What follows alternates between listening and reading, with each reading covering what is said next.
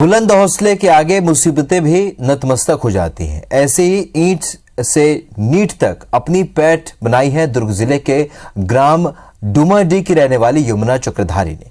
चौथे प्रयास में सफलता हासिल करने वाली ये बच्ची प्रेरणा है उन सभी बच्चों के लिए जो कभी अभाव के कारण तो कभी असफलता के कारण अपने आप को कमजोर मानकर पढ़ाई रोक देते हैं।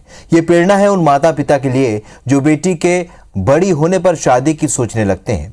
ये प्रेरणा है उन लोगों के लिए जो सक्षम होकर भी किसी की मदद नहीं कर पाते।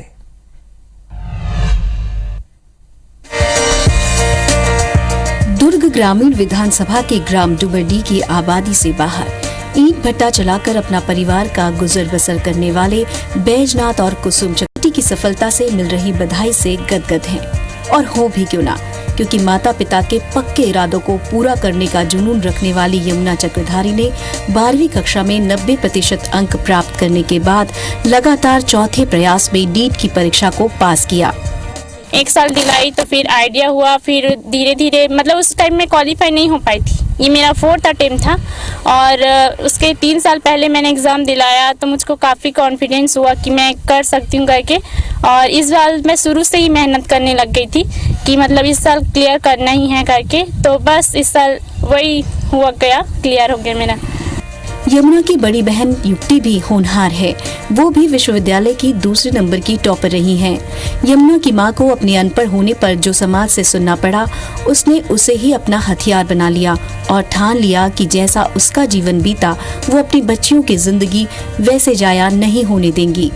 जब मैं शादी करके यहाँ आई थी तो सब मुझे अनपढ़ गवार कुछ भी नहीं पढ़ी है, ये तो क्या करेगी ऐसे कह रहे थे।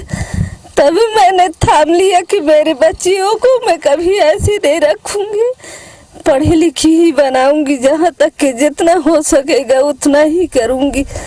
बेटी बड़ी हो गई है, उसकी शादी कर देनी चाहिए। ये बात समाज और गांव के लोगों के बोलने पर भी थोड़ा भी ना भटकने वाले मात्र 5वीं कक्षा तक पास यमुना के पिता बैजनाथ चक्रधारी ने यमुना की उड़ान को पंख दिए। तो सोचा नहीं था, लेकिन अब उनकी पढ़ाई ठीक था तो क्या है कि ऐसे सुनता था कि नीट की पढ़ाई करने में पैसा नहीं लगता, क्वालिफाई कर देगी तो क्या कम पैसे में हो जाता है। इसीलिए मैं भी यही सोचा, तो अपनी बुढ़ियों को भी बोला कि पढ़ाई कर ले बेटी, अगर हो सके तो उसमें 12वीं तक पढ़ ले, खुश किस्मत रहेगी तो उसको नीट की कोशिश करना। तो वही सर उसका नतीजा है, खूब पढ़ाई की। उदय के जाने माने डॉक्टर अश्विनी चंद्राकर ने उसे कोचिंग के लिए मदद किया। उन्हें जब पता चला कि पास के गांव की बेटी पढ़ाई में तेज है लेकिन आर्थिक रूप से कमजोर है, तो वो उनके घर जाकर पढ़ाई के लिए कोचिंग की मदद करने लगे।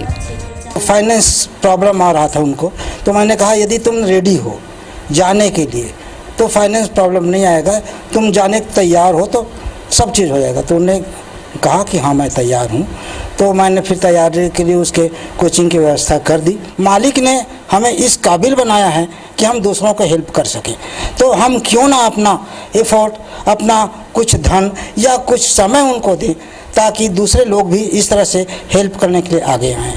यमुना के जैसे हजारों होनहार बच्चे जिन्हें आगे बढ़ने की उम्मीद तो रहती है, पर एक बार की असफलता उन्हें कमजोर बना देती है। ये स्टोरी उन बच्चों के लिए प्रेरणा देती है जो हार मानकर गलत कदम उठा लेते हैं। यमुना ने 3 बार हारने के बाद भी अपना हौसला नहीं खोया और आज वो सफल हो गई। ये उन लोगों के लिए भी प्रेरणा देती है जो समाज में बदलाव तो चाहते हैं पर चाह कर भी किसी होनहार बच्चे की मदद नहीं कर पाते, और उन माता पिता को प्रेरणा देती है जो समाज के डर से बेटियों के पैरों में जंजीर बांध देते हैं, उनकी शादी करा देते हैं। यमुना डॉक्टर बनकर एनेस्थीसियोलॉजिस्ट बनना चाहती है।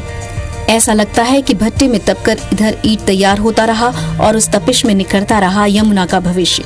यमुना डॉक्टर बनने की राह पर निकल पड़ी है और उसने ठान लिया है कि वो समाज को हर संभव मदद करेगी।